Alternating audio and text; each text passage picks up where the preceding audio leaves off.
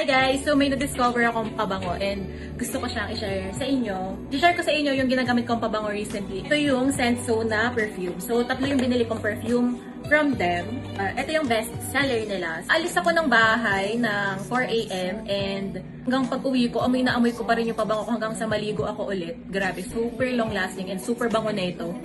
Commute lang kasi ako pupunta ng school and super layo ng school namin. Araw na ako guys. Pawis na pawis.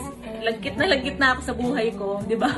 Ang bango ko pa rin. Ayan. This is really perfect for face-to-face classes. Yung tatlo na to I got for 1K lang. Super mura lang. Bloom, Faith, and Gore.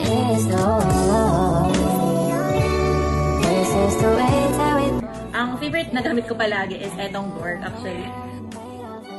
Kagaya niya yung mga expensive scent na super mahal niyo mabibili. Ano nito is Rich Girl LA vibes. Gana.